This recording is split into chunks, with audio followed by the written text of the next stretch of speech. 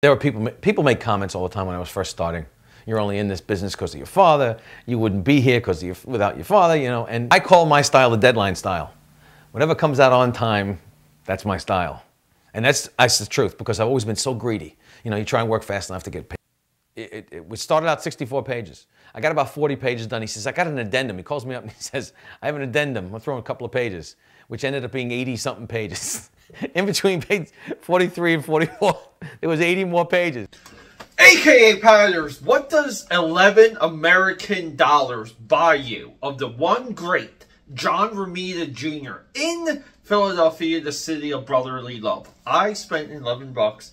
I got 2 J.R.J.R. books that I can't wait to show off to you, because I believe that all of you should have both of these in your collection.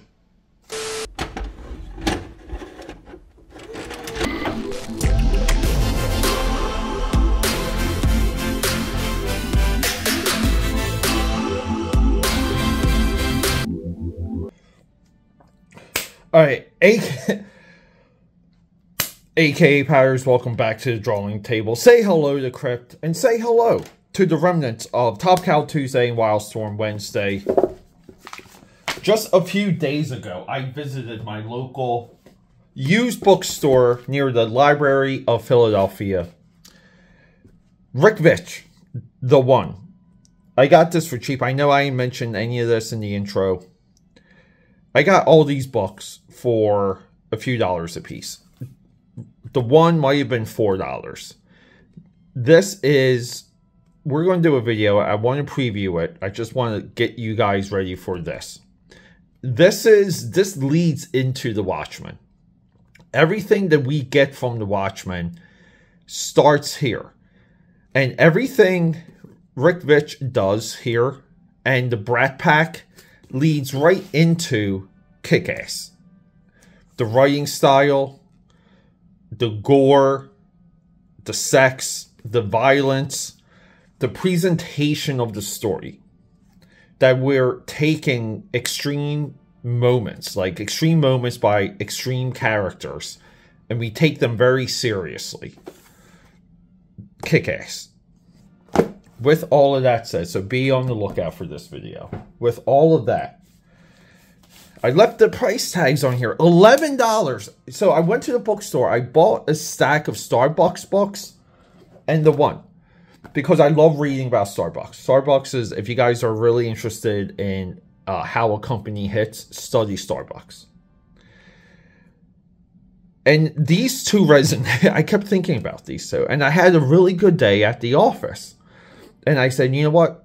I feel so good. I'm going to reward myself. So I hit the bookstore on the way home. And I picked up these two. And the girl at the bookstore was like, oh my God, like you again? Because I spend so much time looking at the books. Because I read pages. You know, like I try and make conscious decisions when I even buy cheap books. So what exactly is Daredevil Man Without Fear? Daredevil Man Without Fear is Frank Miller solidifying himself as the creator of his generation. By creator, I mean writer-artist. It's Frank Miller and John Byrne. Writer, Alan Moore, all day, all night. The next generation writer is Mark Millar. Mark Millar's number 2 in comic book history, by the way, guys. He's number 2. But we get the origin of Daredevil here. We get it told through the eyes of Frank Miller. Original cover here, guys. Original cover. These were cardstock and like red foil. So it was like a negative line work by John Romita Jr. Very cool. These are cheap. The original floppies for this are so effing cheap. If there ever was an AKA Pad Effect, go to eBay and just buy them. You'll spend 20, 30 bucks. Who cares what the conditions are? You can get them in like mint condition too. And there's a lot of these in mint condition because the covers are so tough. They hold up in long boxes. But we finally get the origin of Daredevil through the eyes of Frank Miller and John Romita Jr. And self-admittedly, John Romita Jr. says this is where his storytelling came to fruition. Mostly because, and look, this is why you have to get some editions. In this edition, we have Frank Miller's like original plot. And these paragraphs, this is what John Romita Jr. had to work off of. And we can read these, and we can sync it up with the pages. And we really see where John Romita, he slows down shots. We can see where he speeds up shots. And by shots, sometimes when I refer to shot, I refer to it as the sequence or like an individual panel. It kind of goes both ways sometimes when we discuss the commentary. And we have also Al Williamson, on inks. The great inkers that work with John Romita Jr. is Claus Janson, Scott Hanna, Tom Palmer, and right here, Al Williamson. Al Williamson brings in a thinner line, brings in more texture in the background. Guys like Scott Hanna, when Scott Hanna was inking JR on Spider-Man, the lines and the direction of the lighting, it's like thick on one side and thin on the other. Claus Janson, he does like a lot of inner bubbles, I call it, where it's kind of like thin, thick, thin. Claus Janson is way overrated, in my opinion, when it comes to the craftsmanship. He really is. If it wasn't for Dark Knight, right? But we have a inking direction. And when we ever look at the pencils of JR, we know that there's so much open for interpretation. First appearance, or like retcon, but first appearance of Elektra here. We get into her background, her walk around with the fur coat is just awesome. There's a great scene where she meets Matt Murdock and they bang and they like trash his like college dorm. But we get these like shots and we get these ideas that Daredevil and Matt Murdock are separate individuals. They're separate until they become one. Now, the Marvel Netflix show or the Netflix Daredevil show never got close to that. The movie never got close. And by the way, guys, I love the Ben Affleck movie. I watch that thing I like watching the Ben Affleck movie, Blade, and The Crow. That's like a trilogy in my eyes. But the movie and the other media never quite got back to the connection of Matt Murdock meeting Daredevil. And at the end here, like spoiler alert, but who cares about spoilers? You know, we finally get Daredevil in like the final spread of the book. And it's a great line. Look, God only knows what it looks like. Because we make a crack that he's trying to figure out how to make his costume and he's blind. Isn't that like right? Again, very Watchmen, very self-aware that we're in the comic book. Reference that we're in the comic book. Reference it in a funny, intelligent way, and it resonates. But the floppies for this really should be super high. I mean, I'm talking $300 issue 1. But for whatever reason, this is below the radar, and it's beyond me. I'm just trying to find a little bit. Look at the skiing here. Like, the snow is fantastic. But he like falls in love with Elektra because she is like a version of him. And here is that scene. Right, where the girl leaves. Right, Elektra goes to see him because he's beat up. And look, they trash the apartment. And look, Matt Murdock's just there. And this kind of sets up that Matt Murdock was like a p-hound. I know the Netflix show kind of touched on that. But this is John Romita Jr.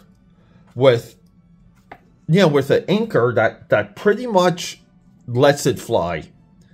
The inking here is very much based on texture and mood. Not so much line work. You can always kind of separate some of the inkers with the way that they approach the hair. And I really feel like these two books are such an excellent pairing. Because we kind of get this traditional, like, pre-computer Marvel era. Pre-digital Marvel era. And then we get into Kick-Ass, which was, like, Icon, which was a Marvel imprint, by the way. And we got Tom Palmer here, who wants us to know we have lines. And you can see a lot of his line work. See how different it is? See, it's like, it's bubbly. But we also get, we have to shout out the colors. Dean White, who's still out there. And we get this evolution of John Romita Jr. And everybody just wants to go directly to Punisher War Journal or Punisher Warzone. And I get it, but is John Romita Jr. the greatest street level artist in comic book history? Yes. Has John Romita Jr. lost his touch with age? Has his style evolved? Has DC Comics, with his Superman work, and we will detail that on this channel, by the way, has the company and the people that work around JR failed? Yes. But we have a complete piece here. We have, look, hey, quick side note. You guys want to talk about 3D assets? This Mustang here, this is a traced, these are traced. But they work because he knows what to do when he traces. He puts them into his style. I mean, like, just the position for this, way off, way too dynamic. It's different when you can see objects in your mind and you can rotate them and then you can illustrate them, like a little bit like here, like that panel. And I'm not knocking it. You know, like, trace when you have to. Just sometimes you gotta get the page done, you gotta move on. And sometimes, too, you don't want to cheat the writer. Like, you want to kind of honor some of the things that the writers picked out for you. But this is it's a complete piece. This is a complete work. The evolution of how publishers learn to deal with John Romita Jr. went from low to high, which this would be like the height of it, and then it kind of degraded back down with his modern day work. To deal with John Romita Jr., you have to have a colorist that appreciates open forms. You have to have an inker that's knowledgeable enough of the craft to deal with grays, sideways pencils, you know, like shading like this. So you have a lot of grays with his pages, and these things have to come together.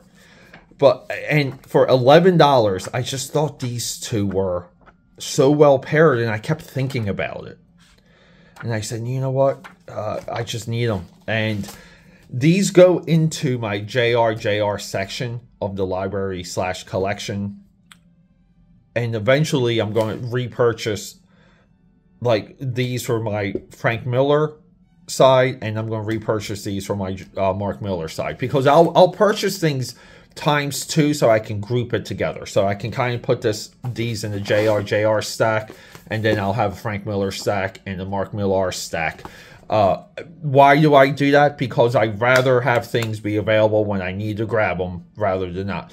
But AKA Patters, if you guys are just really interested in what storytelling is, and then what publishers have to do with the penciled page and how that gets resolved, and see two different examples of that from two separate eras in comics, you know, because we're pre-digital, we're kind of at the birth of digital here, and then we're full in on digital.